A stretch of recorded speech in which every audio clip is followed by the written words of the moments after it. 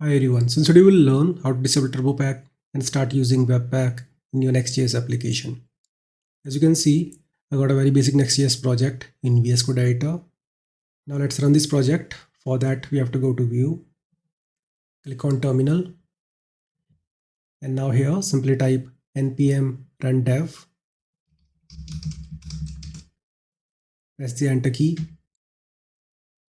So as you can see, by default, next.js 16 uses Turbopack as a bundler, and now we're going to disable it and we're going to use Webpack. So press Ctrl C to cancel it.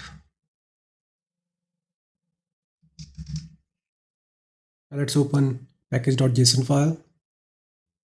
Now here in dev script, we need to add #webpack.